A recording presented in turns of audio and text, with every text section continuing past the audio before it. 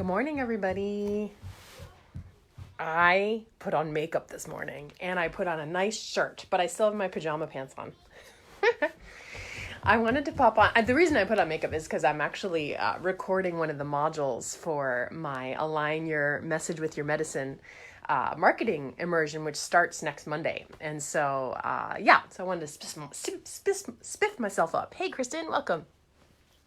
Okay, today I want to talk to you guys about how to create fresh and compelling content for your social media strategy 365 days a year, which is actually what's required in order for you to have a successful organic marketing strategy. It's like showing up for your audience consistently is honestly like 80% of the battle of having marketing that's actually effective in driving new traffic to your studio business or your yoga teaching business, but also for retaining your current people and really like nurturing them and valuing them.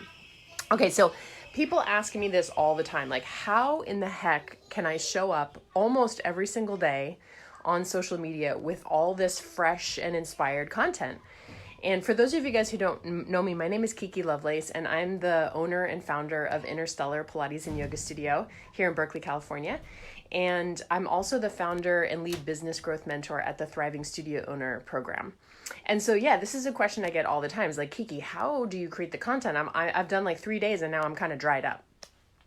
So I wanted to share with you guys today the 4 magic keys to being able to create fresh and compelling content that actually gets your audience to interact with you and to take action, which is ultimately what you want them to do, is like take action to work with you so that they can get the medicine that you're offering. So the number one thing is you must know your audience so intimately. And this is actually a big mistake I see so many healers making in my field of yoga and Pilates instruction is it's like we forget what it's like to be a beginner.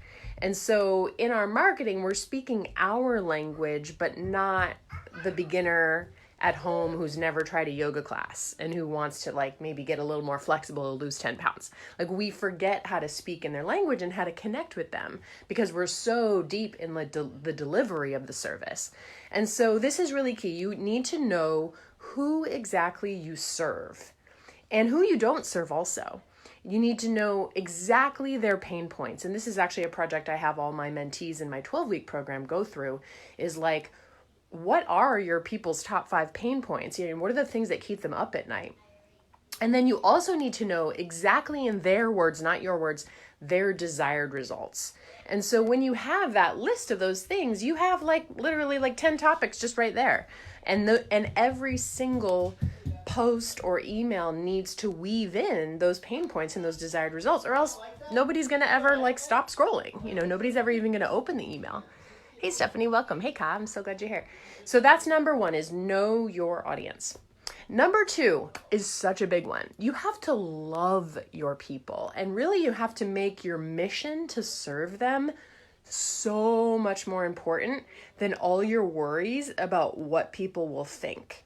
And so this is the block that I see most with people in my industry, people who are heart-centered, service entrepreneurs who really care and want to have an impact in the world, is they worry a lot about what will their grandpa think, what will their uncle think, you know, what will these randoms on their Facebook feed think if they write this, or will it be too salesy, or will it be too pushy? And so essentially you need to just decide, my mission is more important than all of those little worries that are keeping me small. And you need to be willing to move through your discomfort of showing up for your audience 365 days a year, making their transformation and your ability to serve them on their road of transformation more important than all your worries and your blockages and your limiting beliefs. That's super key. Number 3, and this is so big, like I speak as a small business owner who, you know, spent the first 3 years of my studio working like 70 to 80 hours a week. But number 3 is don't overschedule yourself. I know we are all so addicted in our culture to being busy, but this is honestly one of the keys to igniting your creativity. I'm sure Ka, who's a painter, could speak to this, and there's a lot of you guys on my feed who are creatives, is like you need some spaciousness in your schedule and in your nervous system in order to feel creative, to feel like you can generate new ideas, new inspiration, like a new take on things. And so this is really key. And this is actually one of the things I really teach in my program is like how to slowly but surely build a team of support for your business. Whether even if you're like a solopreneur, it's likely that you need a couple people on your team in order to be in their brilliance so that you can really show up in your brilliance. And it's so important. So when you're overscheduled, like I find this all the time with my two businesses that I have, is that if I'm back to back, like in the delivery mode, serving my masterminders and my alumni people and, showing up for my coaching calls and such, or creating new content like I'm doing this week for my marketing course, like I really need to carve out some empty time in my schedule for the creativity and the inspiration to come through. So this morning I was looking at my schedule. I was thinking, okay, I got to show up for my people at some point today. And I saw, I'm homeschooling in the afternoon and I'm pretty much booked through the lunchtime hour and early afternoon. So I was like, all right, let me just clear my schedule for the morning. I'm sure something will come through. And here I am showing up. It's only 10:39 where I am, PST. Hey, Kat, welcome. Okay, so yes, don't overschedule yourself. And then the fourth thing that is really key to creating fresh content, compelling content that is pleasurable for you to create, but it's also really pleasurable for your people to uptake. Like they'll feel like I often get people saying to me for both my studio and for my coaching business, like, oh my God, thank you so much for giving so freely of your wisdom. Like I so appreciate learning from you. And I just love that. I love that my marketing for my business feels nourishing to my audience. That's so amazing. So the fourth thing is you must absolutely every single day make time for pleasure in your own body, in your own life. You must make time for the things that are soul nourishing to you.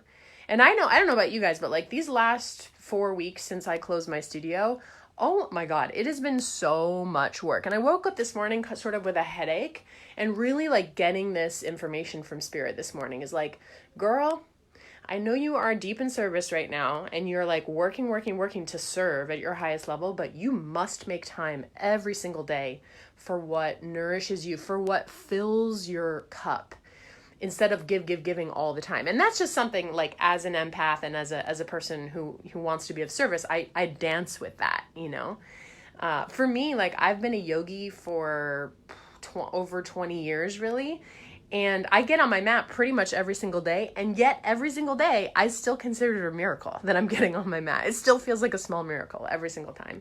So for me, I get my best downloads on sort of creative downloads on what to say to my people when I am moving my body. So when I'm moving energy with my breath, with my body, maybe I take a walk outside, go up to the woods. The redwoods here in the East Bay are so beautiful, or go out to the water, or just get on my mat, like I did yesterday for like 40 minutes while my kids and my dogs were all swimming around me. That's usually where I get my best downloads for what I can say that feels exciting and pleasurable for me to say, and also I know will be exciting and pleasurable for my audience to uptake.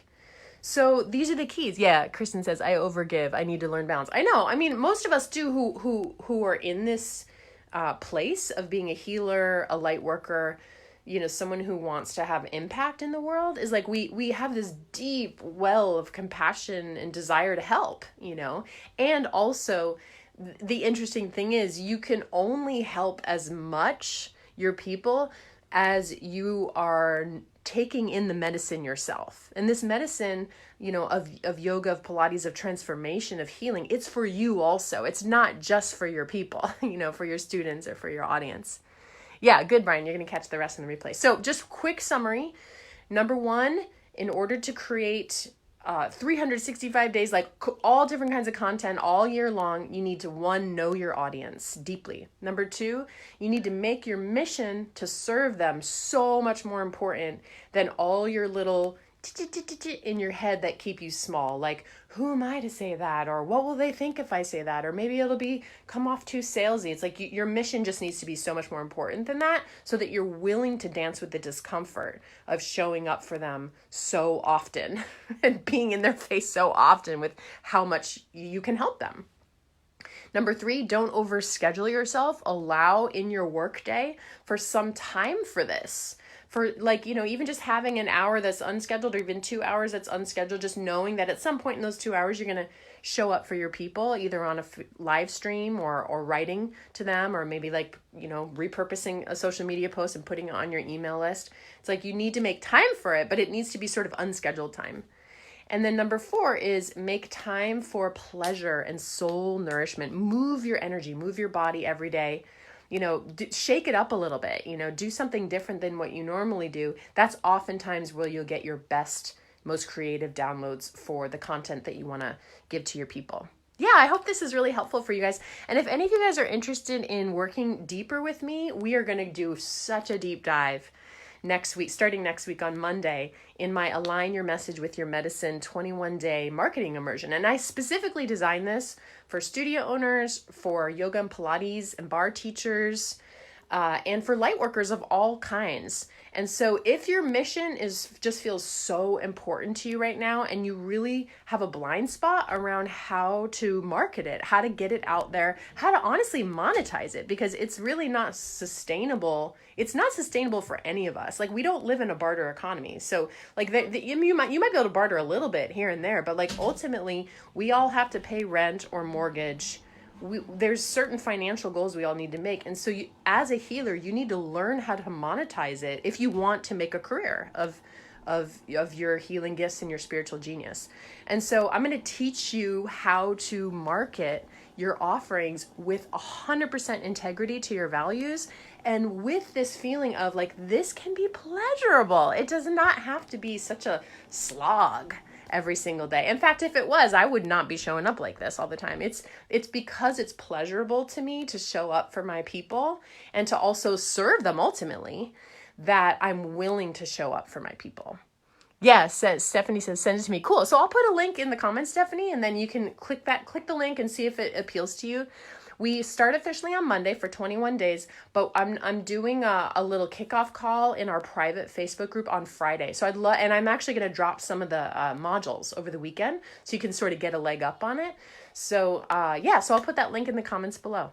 Have a good day, everybody, and I'll talk to you real soon.